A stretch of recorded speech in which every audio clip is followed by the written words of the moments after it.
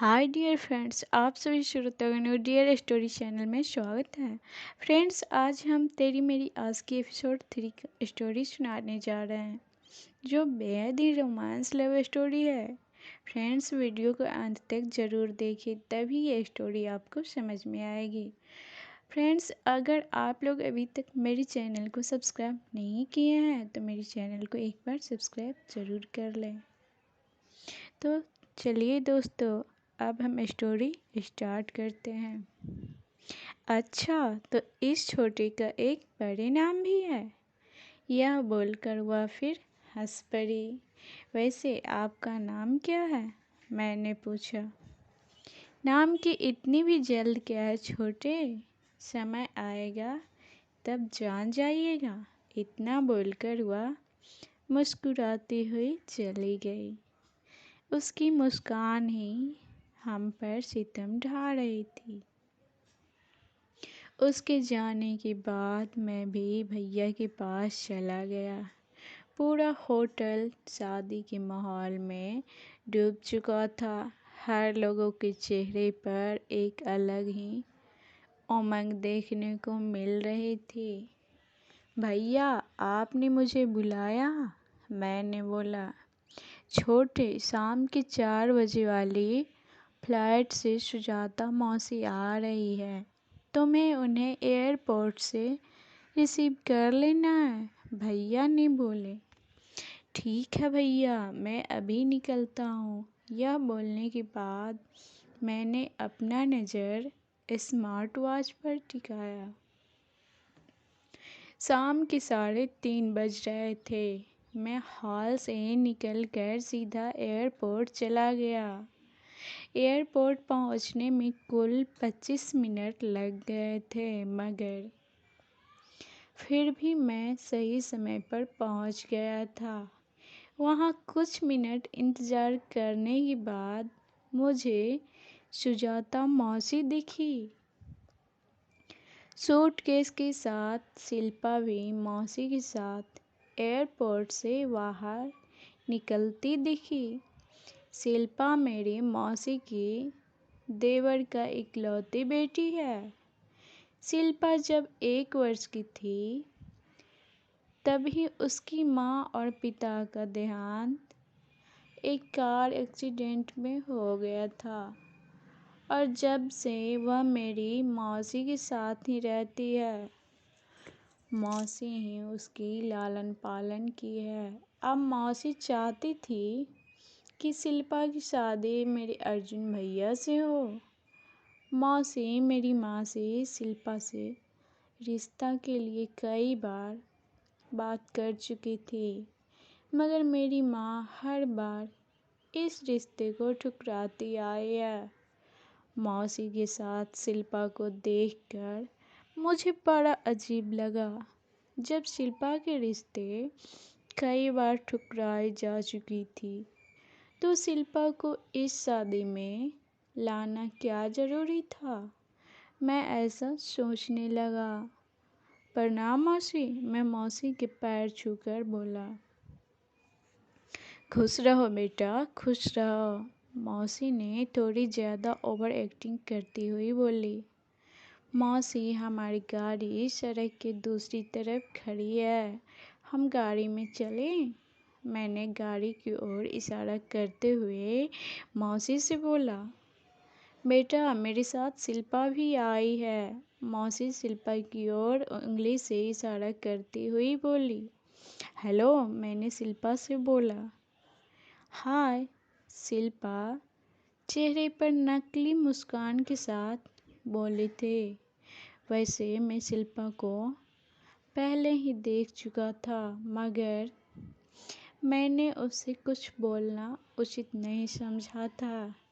कुछ मिनट बाद हम लोग अपनी गाड़ी में बैठ चुके थे और गाड़ी सड़कों पर दौड़ रही थी। मैं गाड़ी चला रहा था कि मेरी बगल में शिल्पा बैठी थी और पीछे वाली सीट पर सुजाता मौसी थी। बेटा, हम कितने देर में होटल पहुंच जाएंगे? मौसी ने पूछी। बस अब हम पहुंचने ही वाले हैं, मैंने सड़क के सीधे देखते हुए बोला। वैसे एक बात पूछूं बेटा? सुजाता मौसी बोली। जी जी मौसी पूछिए, मैंने बोला। बेटा मैंने सुना है तुम्हारी कंपनी, घर और यहाँ तक कि तुम्हारी सभी प्रॉपर्टीज तुम्हारे भाई के नाम से रजिस्टर्ड है। मौसी बोली।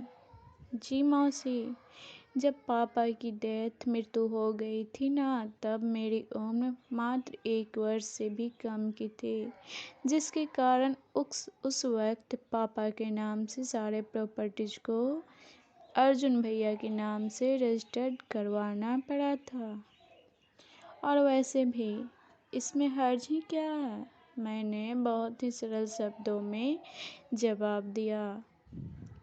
बेटा इसमें तुम्हें कोई हर्ज नहीं दिखता है? कहीं ऐसा ना हो शादी के बाद उसकी पत्नी तुम्हें प्रॉपर्टी से कुछ हिस्सा ही ना दे, क्योंकि हर लड़की मेरी शिल्पा जैसी तो नहीं हो सकती है। मौसी ने बड़े ही कुटिल नज़रों से देखती हुई बोली। मैं मौसी को कुछ बोलता उससे पहले ही हमारी गाड़ी होटल के पास पहुंच चुकी थी। वैसे मेरी मौसी की यह स्वभाव हमेशा से ही रही है। वह हमेशा से ही हर बातों को नेगेटिव रूप से देखती आई है। उन्हें हर चीज़ों में, हर रिश्तों में शक करने की बीमारी है। यही कारण था कि उस वक्त मैं गाड़ी में उनसे इन बातों पर ज़्यादा बहस करना उचित नहीं समझा था।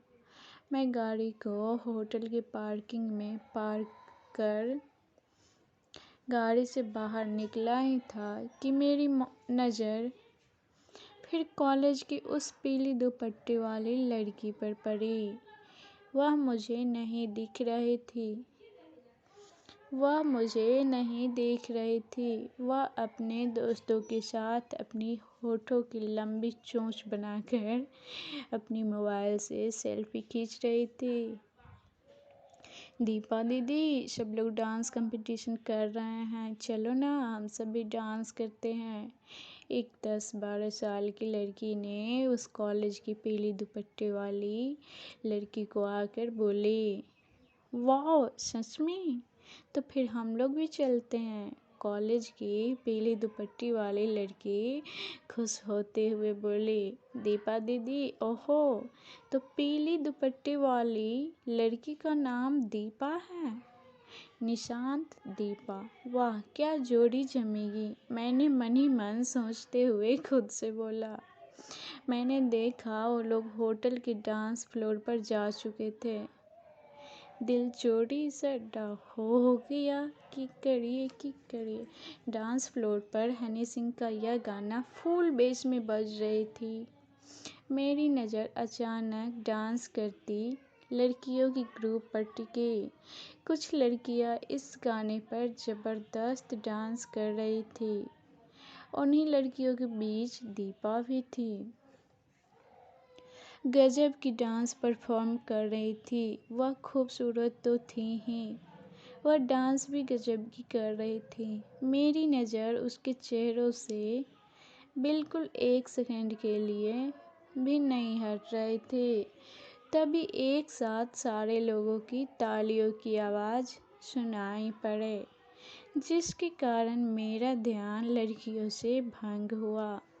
गाना खत्म हो चुकी थी। सभी लोग इस डांस परफॉर्मेंस के लिए तालियां बजा रहे थे। अब लड़के वालों की डांस करने की बारी थी।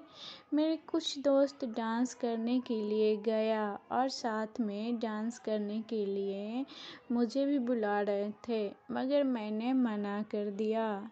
छोटे, तुम्हारे अंदर पावर नहीं है क्या? ऐसा तो नहीं मेरी डांस देख कर डर गए हो?